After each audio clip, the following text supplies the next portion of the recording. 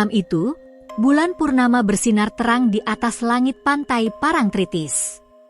Angin berdesir pelan, mengiringi ombak yang datang bergulung-gulung menerjang bibir pantai. Cahaya bulan terpantul di permukaan air, membuat laut terlihat seperti berkilauan. Di balik keindahan malam itu, penduduk setempat selalu memperingatkan satu hal, jangan pernah pergi ke pantai pada malam hari, apalagi saat bulan purnama. Di pantai selatan Jawa, penduduk percaya akan sosok yang berkuasa di laut ini, Nyi Roro Kidul, Sang Ratu Laut Selatan. Menurut cerita-cerita tua, Nyi Roro Kidul adalah sosok wanita yang cantik namun angker. Ia mengenakan kebaya hijau dan dikenal memiliki rambut panjang yang terurai. Banyak yang percaya bahwa Nyi Roro Kidul bukan sekadar legenda. Beberapa orang mengaku pernah melihatnya muncul di tengah malam, terutama saat bulan purnama. Ada pula kisah tentang orang-orang yang hilang setelah berani menantang keberadaannya. Mereka dikatakan dibawa ke alam gaib di kedalaman laut dan tak pernah kembali. Namun bagi seorang pemuda bernama Jaka, semua itu hanyalah cerita tahayul belaka. Jaka tumbuh sebagai pemuda pemberani yang cenderung skeptis pada cerita-cerita mistis. Ia tinggal bersama keluarganya di desa kecil dekat pantai Parangtritis. Orang tuanya sering mengingatkan untuk tidak meremehkan kekuatan alam dan menghormati Nyi Roro Kidul. Namun, Jaka selalu menganggap cerita itu ketinggalan zaman dan tidak masuk akal. Suatu malam, saat bulan purnama terang benderang, Jaka memutuskan untuk membuktikan bahwa legenda Nyi Roro Kidul hanyalah cerita kosong. Dengan penuh keberanian, ia bersiap-siap menuju pantai, diiringi kekhawatiran ibunya yang mencoba mencegahnya pergi. "Jaka, jangan pergi ke pantai malam ini. Kau tahu itu berbahaya," pinta ibunya dengan suara bergetar. Namun Jaka hanya tersenyum tipis dan menggelengkan kepalanya. "Bu, semua itu hanya cerita untuk menakuti orang. Tidak ada yang perlu ditakutkan. Aku akan baik-baik saja," balasnya ringan. Ayahnya yang duduk di sudut ruangan hanya memandang tajam, namun memilih diam.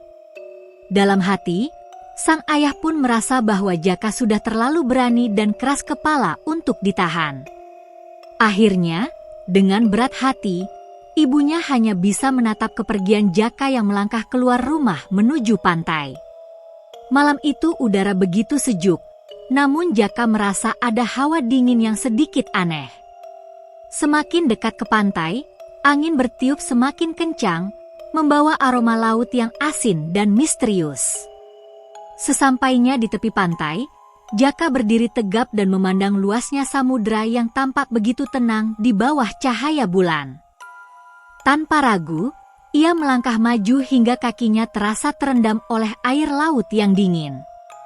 Ia menengadah, memandang ke langit, lalu berteriak lantang, "Hei, Nyi Roro Kidul! Kalau memang kau ada, tunjukkan dirimu. Aku tak takut padamu."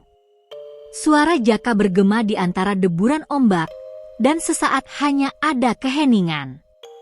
Namun, tak lama kemudian, angin mendadak bertiup lebih kencang, membuat bulu kuduk Jaka meremang. Suara aneh mulai terdengar, seperti bisikan-bisikan halus yang berasal dari segala arah. Seketika itu pula, Jaka merasa ada yang mengawasinya. Samar-samar, di tengah kegelapan malam, ia melihat sosok wanita di kejauhan. Wanita itu tampak berjalan perlahan di atas air, mendekati Jaka dengan gerakan anggun namun mengerikan. Wajahnya tak sepenuhnya terlihat, tapi aura dingin dan mistis terpancar jelas dari sosok itu. Jaka terkejut. Tubuhnya tiba-tiba kaku dan sulit digerakkan. Meski ketakutan mulai merayap dalam dirinya, ada sesuatu yang menahan suaranya. Ia merasa seperti dihipnotis, tidak mampu berpaling dari sosok itu yang semakin mendekat. Ketika wanita itu hanya berjarak beberapa meter darinya, Jaka bisa melihat wajahnya dengan lebih jelas. Wanita itu tampak sangat cantik dengan kebaya hijau yang berkilauan diterpa cahaya bulan. Namun, di balik kecantikannya, ada sesuatu yang membuat nyali Jaka ciut. Mata wanita itu bersinar tajam, dan senyumannya tampak seperti seringai yang menakutkan. "Jaka," suara wanita itu terdengar lembut namun penuh ancaman. "Kau memanggilku, bukan?" Jaka tidak bisa menjawab. Tubuhnya gemetar, dan rasa takut mulai menguasai dirinya. Seketika, senyuman wanita itu berubah. Wajahnya yang cantik mendadak menjadi menakutkan, dengan tatapan dingin yang menusuk hati. "Aku adalah penguasa laut ini. Kau menantangku, dan kau harus menerima akibatnya." Tanpa peringatan, gelombang besar tiba-tiba muncul dari belakang sosok wanita itu, seolah-olah digerakkan oleh kekuatan yang tak terlihat. Ombak raksasa itu menggulung Jaka dan menyeretnya ke laut dengan paksa.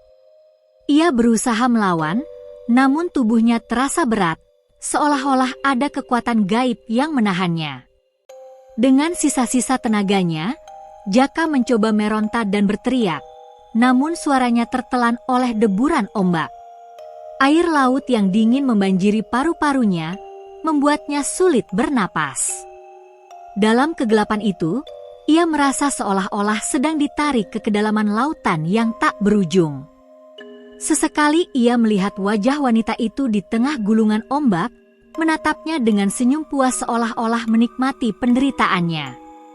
Saat itulah, penyesalan mulai melanda Jaka.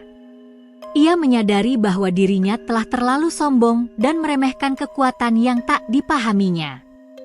Namun, semua sudah terlambat. Kekuatan yang menariknya semakin kuat, membawanya semakin dalam ke kedalaman laut. Tiba-tiba, semuanya menjadi sunyi. Jaka merasa seperti terjebak dalam ruang hampa yang dingin dan gelap. Tubuhnya melayang-layang dalam keheningan yang membekukan. Tidak ada suara, tidak ada cahaya, hanya kegelapan abadi yang melingkupinya. Keesokan harinya, ketika matahari mulai terbit, penduduk desa menemukan jejak kaki di tepi pantai.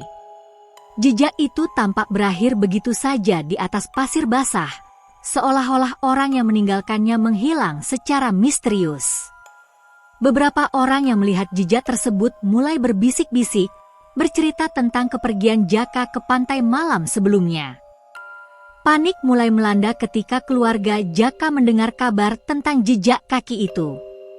Mereka bergegas ke pantai dan memanggil-manggil namanya, berharap Jaka akan kembali.